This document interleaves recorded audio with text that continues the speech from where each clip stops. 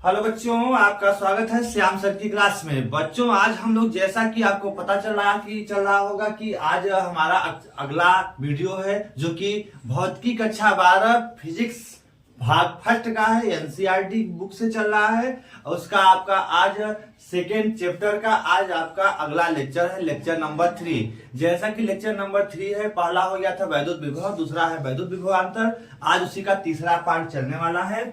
वैद्युत क्षेत्र के रेखीय समाकलन के रूप में वैद्युत विभव, मतलब एक वैद्युत विभव का फार्मूला हम लोग निकालेंगे, लेकिन किस रूप में? रेखीय समाकलन के रूप में प्राप्त करेंगे। आज हमारा अगला टॉपिक है, बहुत इंटरेस्टिंग टॉपिक होने वाला है। बहुत आप लेकिन वीडियो को जब तक अंत तक नहीं देखेंगे आपको टॉपिक समझ में नहीं आएगा। आप वीडियो को अंत तक देखें जिससे कि आपको पूरा वीडियो समझ में आए। बिना देर किए हुए हम लोग आज नई हेडिंग की शुरुआत करते हैं, जैसा कि लेक्चर नंबर 3 है। ठीक है, अगर आप चैनल पे नए हैं तो चैनल को सब्सक्राइब करें, लाइक करें, ज्यादा से ज्यादा अपने दोस्तों के पास शेयर करें, जिससे कि इस टॉपिक को देख करके सभी को ज्यादा से ज्यादा फायदा मिल सके। चलें, आज का टॉपिक है वैद्युत क्षेत्र के रेखीय समाकलन के रूप में वैद्युत विभव, मतलब वैद्युत विभव का आज हम लोग समाकलन के रूप में फार्मूला देखेंगे। इसके पहले हम लोगों ने देख लिया है कि वैद्युत विभव का जो फार्मूला है वो क्या है? V बराबर W अपन क्या होता है? Q0 होता है। मतलब एकांक धन परीक्षण आवेश को अनंत से वैद्युत क्षेत्र में किसी बिंदु तक लाने में जो कार्य करना पड़ता है वही उस बिंदु का क्या कहलाता है? वैद्युत विभव कहलाता है। आज हम लोग देखेंगे इसका समाकलन रूप क्या होता है। विभव के फार्मूले को समाकलन के रूप में प्राप्त करेंगे। इसमें हमें दोनों मिल जाएगा, विभव और विभवांतर दोनों का फार्मूला यहाँ से हमें प्राप्त होगा। तो बिना देर किए हुए हम लोग क्लास की शुरुआत करते हैं। चलिए, वैद्युत क्षेत्र के रेखीय समाकलन के रूप में वैद्युत विभव क्या होता है। देखिए, मान लिया एक समान, देखो वैद्युत क्षेत्र के पहले हेडिंग को समझिए। मान लिया यह आपका वैद्युत क्षेत्र है, कहीं पर एक वैद्युत क्षेत्र है, तो यही हेडिंग जो कहा है वैद्युत क्षेत्र के रेखीय समाकलन के रूप में वैद्युत विभव। मान लिया कहीं वैद्युत क्षेत्र है, इस वैद्युत क्षेत्र में मान लिया एक ठो आपका धन परीक्षण आवेश है। तो इस वैद्युत क्षेत्र में हमने दो बिंदु लिया, एक बिंदु को हमने दिखा दिया ए दिखा दिया और दूसरे को क्या दिखा दिया? बी दिखा दिया। ठीक है, हमने एक समान वैद्युत क्षेत्र लिया। इस वैद्युत क्षेत्र की तीव्रता क्या है? ई है। हमने क्या मान लिया? इसकी वैद्युत क्षेत्र की तीव्रता ई है। इस वैद्युत क्षेत्र की तीव्रता में दो बिंदु हमने लिया है, दो बिंदु। अब इस दो बिंदु में मान लिया एक ठो आपका धन परीक्षण आवेश Q0 है। ठीक है, इस Q0 को यह Q0 एक बार हम इसको ला करके ए बिंदु पर रखते हैं। ठीक है, फिर ए से फिर हम इसको कहां ले जाते हैं? बी बिंदु पर ले जाते हैं। कहां ले जाते हैं? बी बिंदु पर ले जाते हैं। ठीक है, अब धन परीक्षण आवेश को ए से बी तक ले जाने में जो हमें कार्य करना पड़ेगा, ठीक है, धन परीक्षण आवेश को वैद्युत क्षेत्र में स्थित दो बिंदुओं के बीच किसी एकांक धन परीक्षण आवेश को एक बिंदु से दूसरे बिंदु तक ले जाने में जो कार्य करना पड़ता है वही कार्य इन दोनों बिंदुओं के बीच का क्या कहलाता है? विभवांतर कहलाता है। तो हम अब मान लेते हैं, देखो माना इस प्लस Q0 आवेश को हम बिंदु ए से बिंदु बी की ओर लाते हैं। किधर से लाते हैं? बिंदु ए से बिंदु बी की ओर लाते हैं। तब होगा क्या? जब हम बिंदु ए से बिंदु बी की ओर इसको लाएंगे तो यह जो वैद्युत क्षेत्र है, यह वैद्युत क्षेत्र इस आवेश पर एक बल लगाएगा। ठीक है, तो आपने पढ़ रखा है यदि कोई आवेश वैद्युत क्षेत्र में अगर स्थित है तो उसमें यह वैद्युत क्षेत्र अगर धन आवेश है तो अपने डायरेक्शन में बल लगाता है, और अगर विपरीत चल रहा है तो अपने के विपरीत एक बल लगाता है। तो देखिए, ध्यान से समझिए। अब चूंकि यह धन Q आवेश अगर हम इधर वैद्युत क्षेत्र में आ रहा है तो वैद्युत क्षेत्र इस पे क्या लगाएगा? बाहर की ओर एक बल लगाएगा। वो कितना लगाता है? आपने पढ़ रखा है धन आवेश पे वैद्युत क्षेत्र कितना बल लगाता है? Q इंटू ई लगाता है। अगर आपका आवेश Q0 है तो Q0 इंटू क्या लगाएगा? ई लगाएगा। यह बल कौन लगाएगा? वैद्युत क्षेत्र लगाएगा। तब होगा क्या? अगर हमें इसी आवेश को Q0 आवेश को ए से बी तक लाना है तब हमें इस वैद्युत बल जो लग रहा है इसके विपरीत हमें एक बल लगाना पड़ेगा। किस पर? Q0 पर। अगर Q0 ए से बी तक आ रहा है, ठीक है, तो वैद्युत क्षेत्र इस पर बल लगाएगा Q0 इंटू ई लगाएगा। लेकिन अब यदि हमें अब इस क्यू नॉट को ए से बी तक लाना है तो बाह्यकर्ता के द्वारा कार्य करना पड़ेगा, अर्थात बाह्यकर्ता के द्वारा इस आवेश पर बल लगाना पड़ेगा। तो यह बल कितना लगाएगा उसको आप देखिए। तो कहने का मतलब यहाँ पे आप समझ लीजिए, फिर से एक बार देख लीजिए इसको।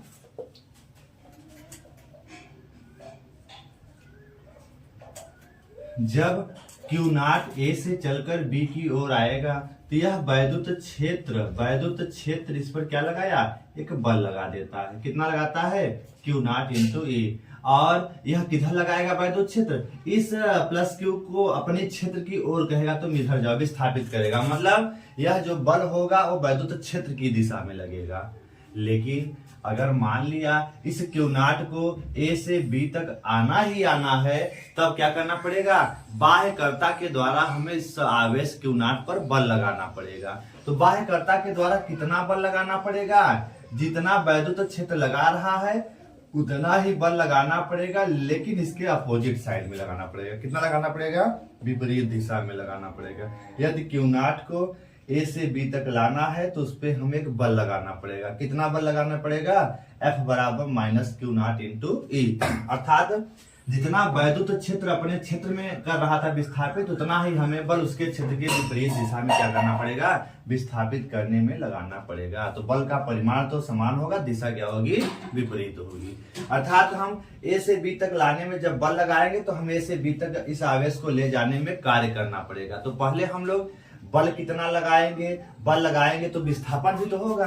अगर हम क्यू नॉट को ए से बी तक लाएंगे तो विस्थापन भी तो होगा, ए से बी तक विस्थापन हो गया और हमने बल भी लगा दिया। अब बल और विस्थापन मिल गया, अर्थात हमने कार्य कर लिया। क्या किया, हमने कुछ कार्य किया। तो पहले इसको हम लोग छोटे टुकड़ों में बांट करके, मतलब छोटा पहले सूक्ष्म विस्थापन सूक्ष्म कार्य, फिर पूरा विस्थापन ए से बी तक पूरा कार्य निकाल लेंगे।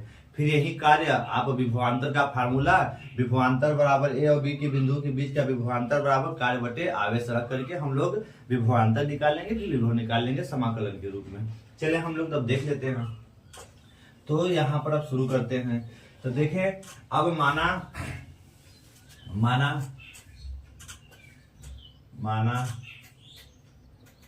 धन परीक्षण आवेश, माना धन परीक्षण आवेश, धन परीक्षण आवेश क्यू नॉट को बिंदु ए से वैद्युत क्षेत्र के विपरीत दिशा में लाने में, धन परीक्षण आवेश प्लस क्यू नॉट को बिंदु ए से वैद्युत क्षेत्र ई के विपरीत दिशा, वैद्युत क्षेत्र ई के विपरीत, वैद्युत क्षेत्र ई के विपरीत दिशा, विपरीत दिशा में बिंदु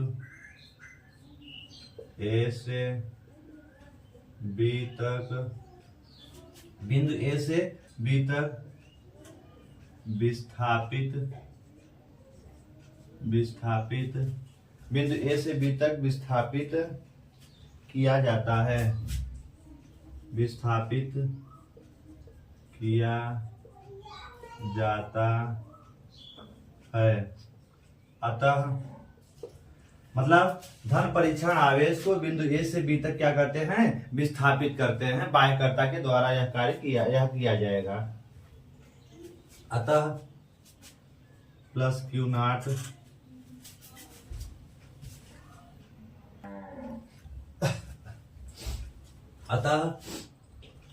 नॉट आवेश पर लगने वाला बल, कितना बल लगेगा, प्लस क्यू नॉट पे आवेश पर लगने वाला बल F बराबर क्या हो जाएगा, Q into E, Q not into E, लेकिन माइनस दिशा में लगेगा। मतलब वैद्युत क्षेत्र उधर लगाएगा तो हमें अगर कार्य कराना है तो इधर लाना है तो हमें इतना बल लगाना पड़ेगा। ठीक है। अब आगे लिखते हैं प्लस क्यू नॉट आवेश को, प्लस क्यू नॉट आवेश को बिंदु ए से सूक्ष्म विस्थापन dr,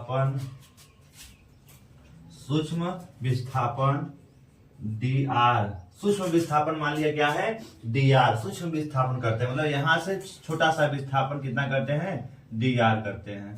तो सूक्ष्म विस्थापन dr करने में किया गया, तो सूक्ष्म विस्थापित dr करने में किया गया कार्य, मतलब अगर हम सूक्ष्म विस्थापित करते हैं तो कार्य भी हमारा क्या करना पड़ेगा, सूक्ष्म करना पड़ेगा। तो सूक्ष्म विस्थापित कितना करते हैं dr करने में किया गया कार्य, कितना हो जाएगा कार्य भी dw होगा। तो यह कार्य किसके बराबर हो जाएगा, कार्य dw। सूक्ष्म अगर विस्थापन तो ए से अगर हम इसको पहले सूक्ष्म विस्थापित करते हैं dr, तो dr विस्थापन करने में किया गया कार्य क्या होगा dw होगा। तो पहले हम सूक्ष्म विस्थापित करते हैं, फिर पूरा ए से बी तक निकालेंगे समाकलन के रूप में करके। तो प्लस क्यू नॉट आवेश को बिंदु ए से सूक्ष्म विस्थापन dr करने में किया गया कार्य, तो सूक्ष्म कार्य होगा तो कार्य बराबर क्या होता है, बल इंटू बल की दिशा में विस्थापन, ठीक है। F इंटू वेक्टर dr हो जाएगा, ठीक है। तो इतना सभी को पता चल गया, इसको आप नोट कर लेंगे। और यहाँ ई भी क्या है आपका सदिश है, तो आप इसको आगे बढ़ा सकते हैं, यह भी क्या होगा सदिश होगा। इसको आगे बढ़ाइए तो हम लोग इसको क्या लिख सकते हैं dw, F का मान यहां से उठा के सेट करिए, minus Q not E into क्या हो जाएगा dr हो जाएगा, ठीक है। ये क्या हुआ, सूक्ष्म विस्थापित करने में किया गया कार्य हो जाएगा। आगे अब इसके बाद आप लोग क्या करेंगे, अब हमें क्या करना है, अब बिंदु ए से बी तक, अब पूरा ले लेते हैं। अब बिंदु ए से बी तक, बिंदु ए से बी तक विस्थापित करने में किया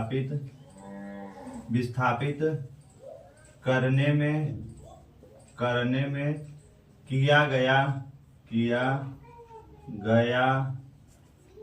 कुल कार्य, मतलब अब हम पहले सूक्ष्म विस्थापन में हमने देख लिया, अब बिंदु ए से बी तक विस्थापित करने में किया गया कुल कार्य, मान लिया कुल कार्य क्या है W है, तो W किसके बराबर होगा, इंटीग्रल क्या है आपका dw को कहां से कहां तक, बिंदु ए से बिंदु बी तक विस्थापित करने में किए गए कार्य के बराबर होगा कुल कार्य, ठीक है।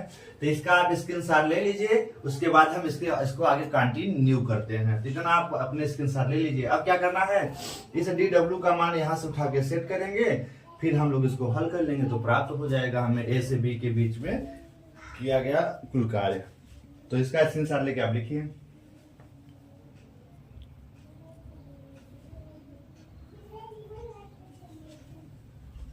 चलें आगे चलते हैं, फिर आप इसको उतार लीजिएगा।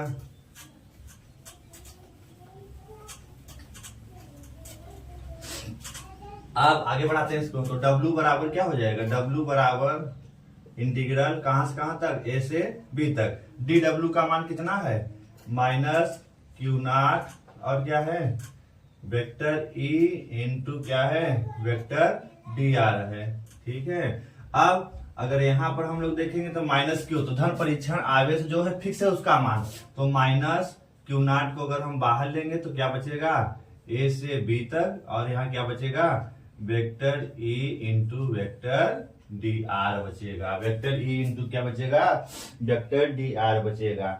यही है आपका किया गया कुल कार्य, कहां से कहां तक, चाहे तो आप दिखा दीजिए कि ए से बी तक ले जाने में किया गया कार्य, कहां तक कार्य है, ए से बी बिंदु तक ले जाने में किया गया कुल कार्य आपको पता चल गया, कहां से कहां तक, ए से बी तक विस्थापित करने में किया गया कुल कार्य, ठीक है।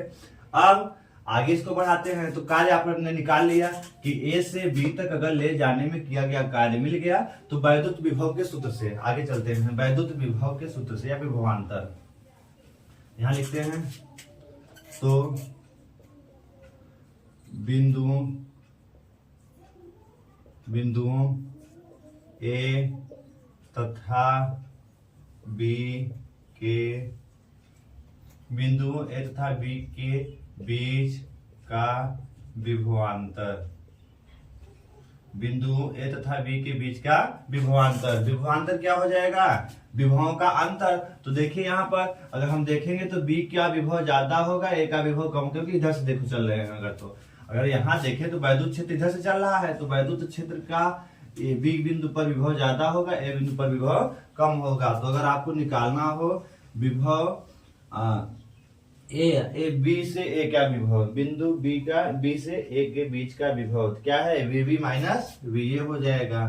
तो वीबी का मान ज्यादा होगा, वीए का मान क्या होगा? कम होगा। तो विभवांतर बराबर यहां से यहां तक लाने में किया गया कुल कार्य क्या है? WAB है अपान आवेश। आवेश क्या है आपका? Q नॉट है। तो विभवांतर का फार्मूला इसके पहले आपको पढ़ाया गया है। वहां पे आपने क्या लिया था? यहाँ पर A लिया था, यहाँ पर B लिया है। यहाँ पर आपने इसको A लिया, इसको क्या लिया है? B लिया है। तो B और A, तो VB माइनस VA बराबर WAB अपान क्या हो जाएगा? Q not. तो यहाँ पे WAB का मान यहाँ आपने निकाला है, तो उसको रख लीजिए। क्या है? Minus Q not. WAB का मान यहाँ पर, इसको रख लीजिए। और क्या है? इंटीग्रल A से B तक है और vector E into vector DR है। तो इसको आप लिख लेंगे अपान टोटल का अपान क्या है? अपान टोटल का क्या है? Q नॉट है। तो Q नॉट आप लिख लेंगे। टोटल का बटे क्या है? Q नॉट है। तो यहाँ पे Q नॉट इधर है, Q नॉट। ठीक है, टोटल का बटे Q नॉट। Q नॉट से क्या हो गया? कैंसिल लेके आ रहा है। B और A के बीच का क्या है? विभवांतर है। ठीक है, इसको अगर हम आगे सॉल्व करेंगे तो क्या मिलेगा? VB माइनस VA बराबर क्या मिला है? एक जब कट गया तो आपका मिला minus integral AB vector E into vector DR। यही है।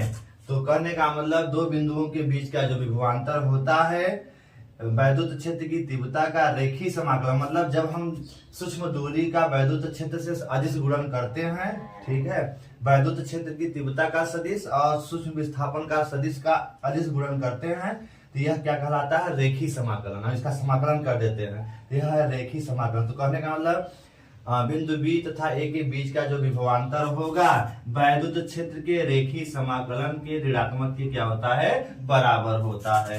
तो आपको B और A के बीच का विभवांतर समाकलन के रूप में प्राप्त हो गया। यही है इसका फार्मूला। यही इसका क्या है? फार्मूला। अब अगर मेन फार्मूला है समाकलन के रूप में, मतलब वैद्युत क्षेत्र की तीव्रता और DR, इन दोनों का मान यहाँ पर अगर आप निकाल लेंगे और इसका सदिश रूप प्राप्त करके आप चाहे तो विभवांतर का मान आसानी से निकाल सकते हैं। अब आगे इसको हम लोग आगे बढ़ा रहे हैं।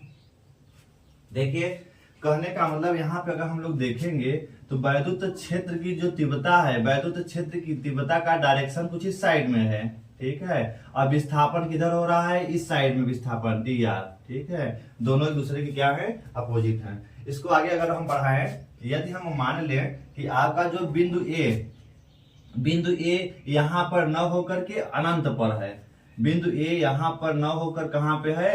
अनंत पर है। ठीक है, तो अनंत पर विभव का मान क्या हो जाता है? 0 होता है। अनंत पर विभव का मान क्या होता है? 0 होता है। तो यहाँ लिखते हैं एक लाइन, यदि बिंदु A अनंत पर स्थित हो, अनंत पर स्थित हो, तो A पर विभव तब क्या हो जाएगा? अनंत पर विभव 0 होता है, तो A पर विभव क्या हो जाएगा? 0 हो जाएगा। जब A पर विभव 0 रखेंगे तो क्या हो जाएगा? तो VB माइनस, तब आपका जो विभव क्या हो जाएगा? VB माइनस 0 बराबर माइनस इंटीग्रल A से B तक और क्या है? Vector E into vector DR हो जाएगा।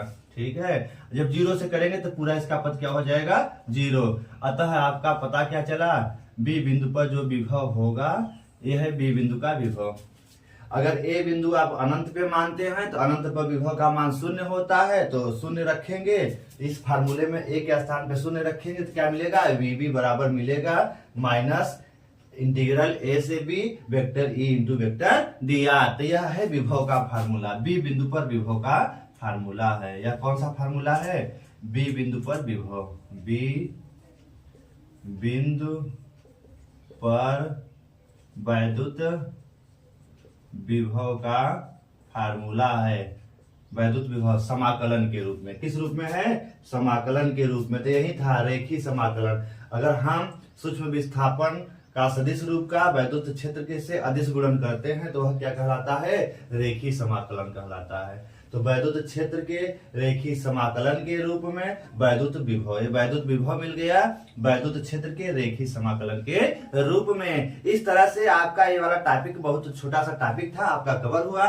वैद्युत क्षेत्र, तो वैद्युत क्षेत्र में कोई आपका वैद्युत विभव निकालना था तो बिंदु बी पर हमने वैद्युत विभव प्राप्त कर लिया। वह क्या आया है, किसके बराबर आया है, तो किसी वैद्युत क्षेत्र में स्थित किसी बिंदु बी पर वैद्युत जो विभव होता है वो किसके बराबर होता है, वैद्युत क्षेत्र के रेखीय समाकलन के ऋणात्मक के क्या होता है, बराबर होता है। मतलब यह वैद्युत क्षेत्र का रेखीय समाकलन। वैद्युत क्षेत्र का रेखीय समाकलन क्या होता है, जब हम वैद्युत क्षेत्र की दिशा सदिश रूप और सूक्ष्म विस्थापन के सदिश रूप का अदिश गुणन करके समाकलन कर देते हैं तो वह कहलाता है वैद्युत क्षेत्र का रेखीय समाकलन। वह किस, तो यहाँ पे बी बिंदु पर जो विभव है वैद्युत क्षेत्र के रेखीय समाकलन के ऋणात्मक के क्या होता है, बराबर होता है। यही है आपकी इस हेडिंग का फार्मूला। इसको फार्मूले को लिख लीजिए, ये है सदिश, मतलब ये आपके जो विभव का फार्मूला है समाकलन के रूप में प्राप्त हुआ। इसके पहले हमने नॉर्मल कंडीशन में प्राप्त किया था। ये आपकी हेडिंग पूरी हुई। इसका आप स्क्रीनशॉट लेकर के अपने इस टॉपिक को अच्छे से कवर करें। अगर कहीं भी समस्या है तो आप कमेंट बॉक्स में कमेंट लिखें और हमें जरूर आप अवगत कराएं कमेंट के माध्यम से। और अगर आप चैनल पे नए हैं तो चैनल को सब्सक्राइब करें, लाइक करें, ज्यादा से ज्यादा दोस्तों के पास शेयर करें जिससे कि ये टॉपिक आपका कवर हो सके।